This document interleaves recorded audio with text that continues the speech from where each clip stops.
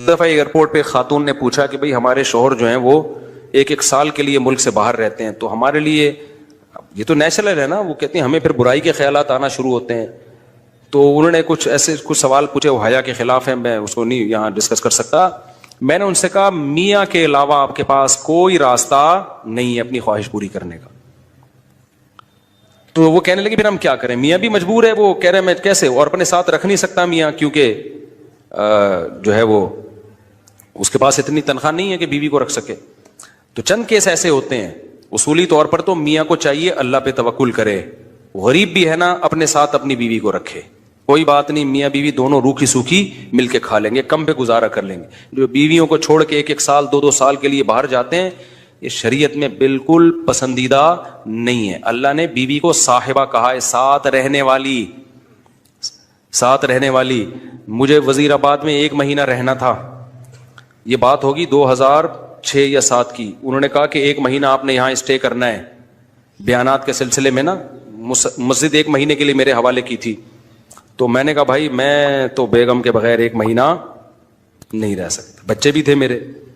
تو میں نے کہا 1 مہینہ میں نہیں رہ سکتا، مجھے بیگم بچے چاہیے، ان کا بھی ٹکٹ دو تو میں یہاں رہوں گا ورنہ نہیں رہوں گا. تو انہوں نے پھر بیگم بچوں کا بھی ٹکٹ دیا. وہ گھر والوں کے ساتھ رہ لیتے ہیں آدمی تمیز سے، ورنہ بیگم کے بغیر ہمارے لیے تو بڑا مشکل ہے اتنا لمبا عرصہ رہنا. مجبوری میں رہنا پڑتا ہے تو ایک الگ بات ہے، لیکن ہے مشکل کام. چاہے کتنے بھی آدمی کے میاں بیوی میں جھگڑے ہو نا، نہیں رہ سکتا بھائی.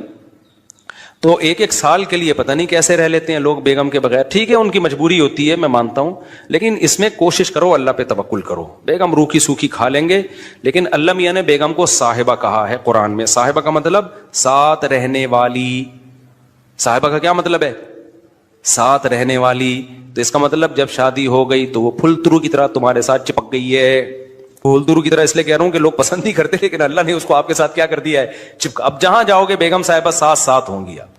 شارٹ ٹائم کے لیے جانے کا الگ بات ہے، لانگ ٹائم کے لیے جانا ہے تو بیگم آپ کے ساتھ اللہ نے بولو چپکا دیے. وہ خود بھی گناہ سے بچے گی، تم بھی گناہ سے بچو گے. تو اس لیے یہ طریقہ ٹھیک نہیں ہے سال کے لیے میاں بیوی کا دور رہنا. اور پھر خواتین بھی پریشان ہوتی ہیں. تو گناہ کسی کے لیے بھی حلال نہیں ہے. میں نے اس خاتون سے کہا کہ 1 سال آپ کا شوہر باہر ہے، کیا اس کے لیے حلال ہے گناہ کرنا وہاں پہ؟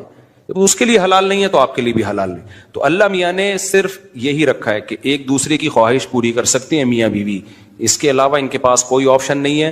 تو اب پھر بھی نہیں آ رہا میاں، تو میں نے ان خاتون کو یہ کہا کہ اپنے آپ کو بزی رکھیں. آپ کیا رکھیں بھائی؟ کوئی پازیٹیو ایکٹیویٹیز میں اپنے آپ کو کھپا دیں. ایسی موویز تو ویسے بھی ٹھیک نہیں ہے دیکھنا، خاص طور پہ فحش موویز دیکھنا، اور ٹک ٹاک پہ صبح و شام بے حیائی.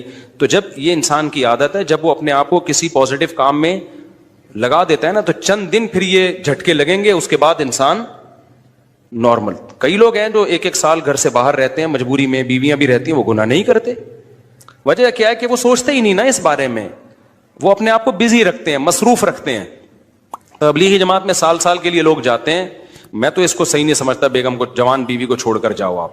لیکن بہرحال جو جاتے ہیں تو وہ گناہ تھوڑی کرتے ہیں، بچے رہتے ہیں، کیونکہ وہ ایک خاص ترتیب میں اپنے آپ کو جوڑ چکے ہوتے ہیں. بہرحال یہ نہیں ہے اس کو. تبلیغی جماعت میں سال کے لیے جا رہے ہو، اگر شادی شدہ ہو بیگم کو بھی لے کے جاؤ ساتھ میں.